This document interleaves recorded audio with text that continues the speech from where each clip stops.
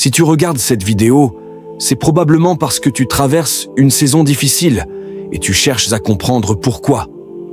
Laisse-moi te dire une chose. Cette épreuve n'est pas là pour te détruire, mais pour te faire grandir. Ce message est pour toi. Reste bien jusqu'à la fin. Dieu a quelque chose à te dire, et ça pourrait changer ta perspective. Personne n'aime souffrir. Personne ne se lève le matin en espérant vivre une épreuve. Et pourtant, les plus grandes transformations spirituelles ne se produisent pas dans les moments de confort, mais dans les moments de combat.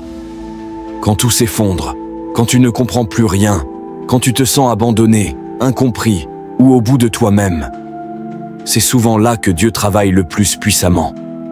Alors si tu es dans l'épreuve aujourd'hui, ne perds pas courage. Ce n'est pas une punition, c'est une formation. Et tu vas comprendre pourquoi.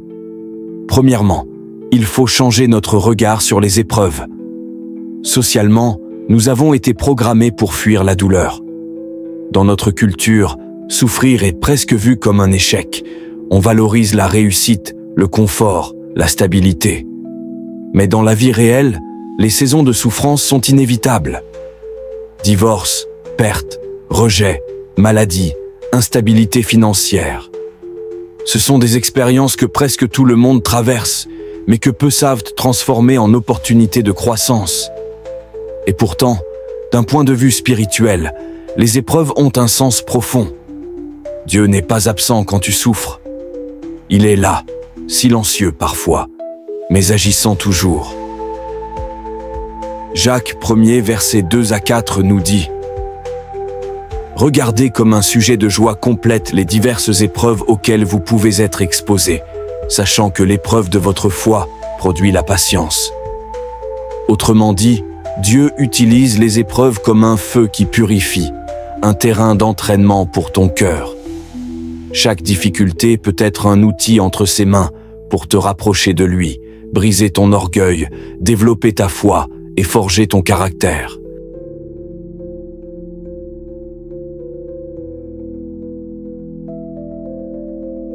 Mais alors, pourquoi avons-nous tant de mal à tenir? Parce que dans l'épreuve, on perd nos repères. Nos émotions prennent le dessus. Le doute s'installe. On commence à croire que Dieu nous a oubliés. Et c'est là que l'ennemi attaque le plus violemment, en semant la peur, la confusion, l'amertume. Il veut que tu abandonnes. Il veut que tu tournes le dos à Dieu en pensant qu'il t'a trahi. Mais Dieu ne t'a pas abandonné. Il te façonne. Il te prépare pour ce qu'il a déjà prévu pour toi. Alors, comment grandir réellement dans l'épreuve? Il y a plusieurs clés. La première, c'est rester connecté à la parole de Dieu.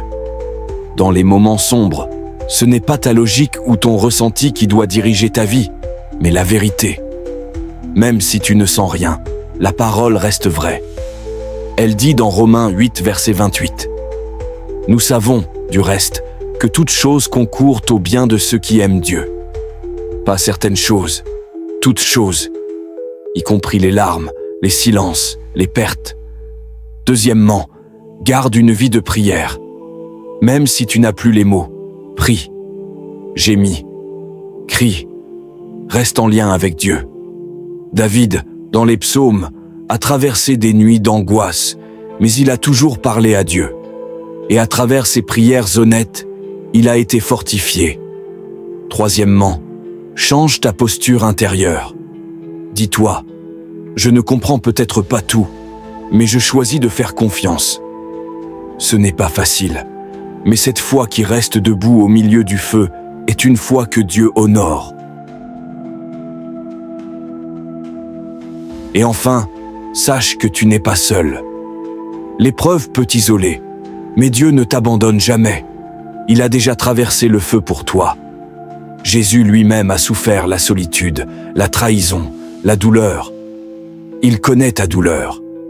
Il l'a portée. Et maintenant, il veut marcher avec toi dans la tienne. Mais pour que cette épreuve devienne une étape de croissance spirituelle réelle, il faut que ta vie soit entre les mains de Jésus. Si tu n'as pas encore fait ce choix, c'est maintenant. Parce que sans lui, tu ne fais que survivre. Mais avec lui, tu peux renaître. Il ne promet pas une vie sans tempête, mais il promet d'être dans la barque avec toi. Et avec lui, tu traverseras. Alors si tu sens que ce message est pour toi, si tu veux t'abandonner à Jésus pour de vrai, fais cette prière avec foi. Seigneur Jésus, je viens à toi avec mes doutes, ma fatigue, ma douleur. Tu sais ce que je traverse. Je reconnais que j'ai essayé de porter tout ça seul, et j'en suis épuisé. Aujourd'hui, je dépose mes fardeaux à tes pieds.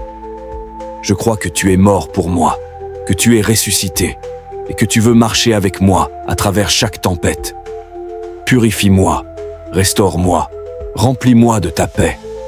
Apprends-moi à grandir dans l'épreuve, à voir ta main même dans les moments les plus sombres. Je t'accepte dans ma vie, comme mon Sauveur, mon Seigneur et mon Guide. Merci, car tu fais toutes choses nouvelles. Au nom de Jésus. Amen.